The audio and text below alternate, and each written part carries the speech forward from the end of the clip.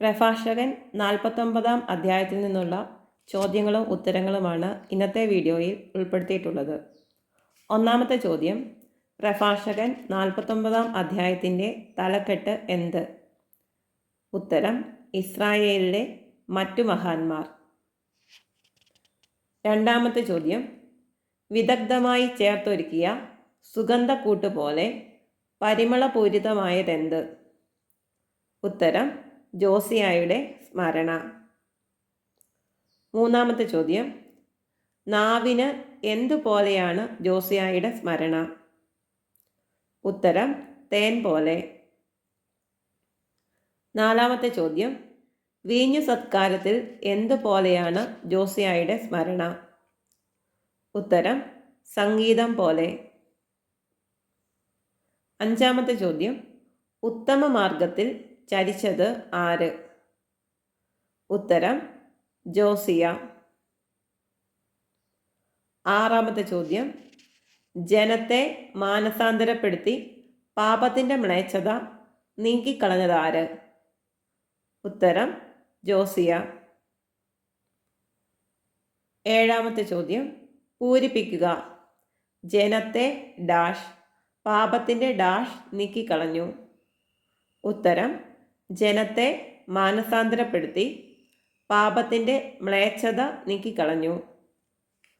എട്ടാമത്തെ ചോദ്യം, ജോസിയ തൻ്റെ ഹൃദയം എവിടെയാണ് ഉറപ്പിച്ചത്?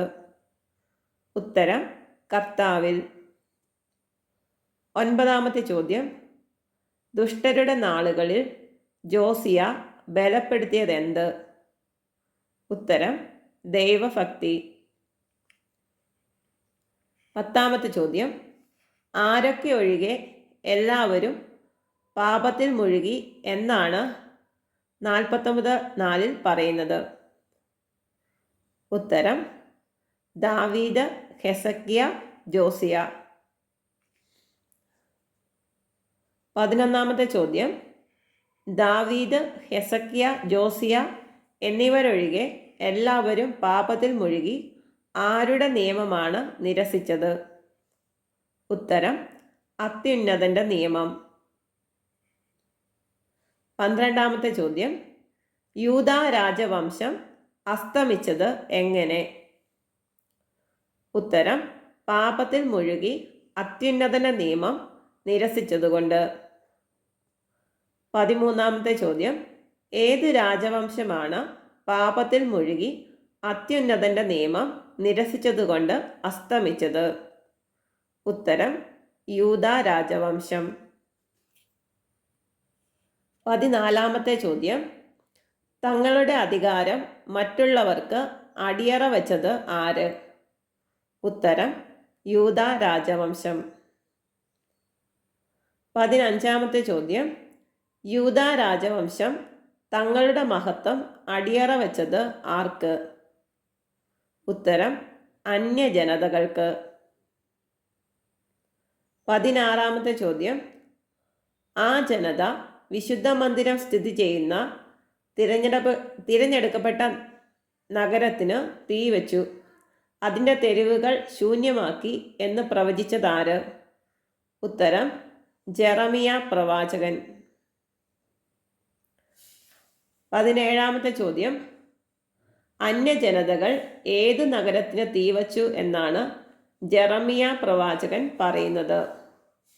ഉത്തരം, വിശുദ്ധ മന്ദിരം സ്ഥിതി ചെയ്യുന്ന തിരഞ്ഞെടുക്കപ്പെട്ട നഗരത്തിന്. 18ാമത്തെ ചോദ്യം, അമ്മയുടെ ഉദരത്തിൽ വച്ചു തന്നെ ജെറമിയ പ്രവാചകൻ തിരഞ്ഞെടുക്കപ്പെട്ടതെന്തിന്? ഉത്തരം, പിഴുതെടുക്കാനും പീഡിപ്പിക്കാനും നശിപ്പിക്കാനും പണിതുയർത്താനും നട്ടുവളർത്താനും വേണ്ടി. 19ാമത്തെ ചോദ്യം, അമ്മയുടെ ഉദരത്തിൽ വച്ചു തന്നെ തിരഞ്ഞെടുക്കപ്പെട്ട പ്രവാചകൻ ആര്? ഉത്തരം, ജെറമിയ. 20ാമത്തെ ചോദ്യം, കെരൂബുകളുടെ രഥത്തിനു മുകളിൽ ദൈവം വെളിപ്പെടുത്തിയ മഹത്വം ദർശിച്ചതാര്? ഉത്തരം, എസക്കിയേൽ. 21ാമത്തെ ചോദ്യം, ദൈവം വെളിപ്പെടുത്തിയ മഹത്വം എസക്കിയേൽ എവിടെയാണ് ദർശിച്ചത്? ഉത്തരം കെരൂബുകളുടെ രഥത്തിനു മുകളിൽ. 22-ാമത്തെ ചോദ്യം. ദൈവം ശത്രുക്കളുടെ മേൽ എന്താണ് അയച്ചത്? ഉത്തരം കൊടുങ്കാറ്റ്. 23-ാമത്തെ ചോദ്യം. ദൈവം ആരുടെ മേലാണ് കൊടുങ്കാറ്റ് അയച്ചത്? ഉത്തരം ശത്രുക്കളുടെ മേൽ. 24-ാമത്തെ ചോദ്യം. ഏതു മാർഗത്തിൽ ചരിച്ചവർക്കാണ് ദൈവം നന്മ ചെയ്തത്?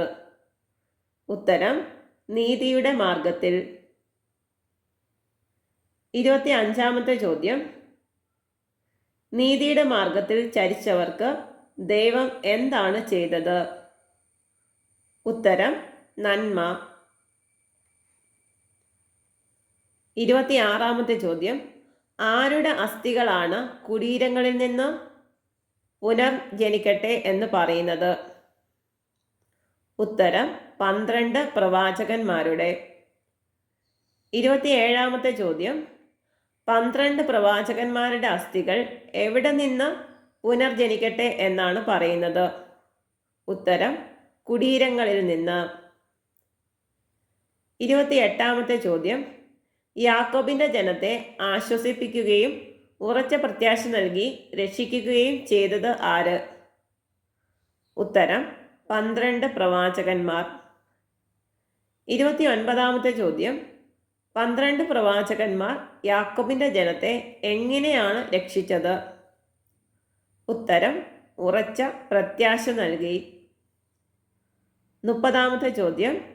12 പ്രവാചകന്മാർ ആരെയാണ് ആശ്വസിപ്പിക്കുകയും രക്ഷിക്കുകയും ചെയ്തത്? ഉത്തരം യാക്കോബിന്റെ ജനത്തെ. 31-ാമത്തെ ചോദ്യം. ആരുടെ മഹത്വമാണ് വർണ്ണിക്കാൻ കഴിയാത്തതായി പ്രഭാഷകൻ 49:11 പറയുന്നത്? ഉത്തരം സെറുബാബേലിൻ്റെ. 32-ാമത്തെ ചോദ്യം. സെറുബാബേൽ എങ്ങനെയായിരുന്നു? ഉത്തരം വലതു കൈയിലെ മുദ്രമോതിരം പോലെ. 33-ാമത്തെ ചോദ്യം. വലതു കൈയിലെ മുദ്രമോതിരം പോലെ ആയിരുന്നതാര്? ഉത്തരം സെറുബാബേൽ. 34-ാമത്തെ ചോദ്യം. യഹോസദാക്കിന്റെ പുത്രൻ ആര്? ഉത്തരം യശുവ. 35-ാമത്തെ ചോദ്യം. വലതു കൈയിലെ മുദ്രമോതിരം പോലെ എന്ന് വിശേഷിപ്പിച്ചിരിക്കുന്നത് ആരെക്കുറിച്ചൊക്കെയാണ്? ഉത്തരം സെറുബാബേൽ, യശുവ എന്നിവരെ പറ്റി. 36-ാമത്തെ ചോദ്യം. തങ്ങളുടെ നാളുകളിൽ ആലയം പണിതത് ആരെല്ലാം? ഉത്തരം സെറുബാബേലും യശുവയും. 37-ാമത്തെ ചോദ്യം. സെറുബാബേലും യശുബയും വിശുദ്ധ മന്ദിരം പണിതത് എന്തിന്? ഉത്തരം കർത്താവിൻ്റെ നിത്യമഹത്വത്തിനു വേണ്ടി. 38-ാമത്തെ ചോദ്യം. കർത്താവിൻ്റെ നിത്യമഹത്വത്തിനു വേണ്ടി വിശുദ്ധ മന്ദിരം പണിതത് ആരെല്ലാം? ഉത്തരം സെറുബാബേലും യശുവയും. 39-ാമത്തെ ചോദ്യം. ആരുടെ സ്മരണയാണ് ശാശ്വതമായത്? ഉത്തരം നെഹമിയായുടെ. 40-ാമത്തെ ചോദ്യം. നമുക്ക് വേണ്ടി വീണുപോയ കോട്ടകൾ പണിതുയർത്തിയതാര്? ഉത്തരം നെഹമിയ. 41-ാമത്തെ ചോദ്യം. നെഹമിയ എന്താണ് പണിതുയർത്തിയത്? ഉത്തരം വീണുപോയ കോട്ടകൾ. 42-ാമത്തെ ചോദ്യം. വീണുപോയ കോട്ടകൾ പണിതുയർത്തി അതിലെന്താണ് നെഹമിയ നിർമ്മിച്ചത്? ഉത്തരം വാതിലുകളും ഓടാമ്പലുകളും. 43-ാമത്തെ ചോദ്യം. നെഹമിയ എന്താണ് പുനരുദ്ധരിച്ചത്? ഉത്തരം വീണുപോയ വീടുകൾ. 44-ാമത്തെ ചോദ്യം. ആർക്കു തുല്യനായാണ് ഭൂമുഖത്ത് ആരും ഇല്ലാതിരുന്നത്? ഉത്തരം ഹെനോക്കിന്.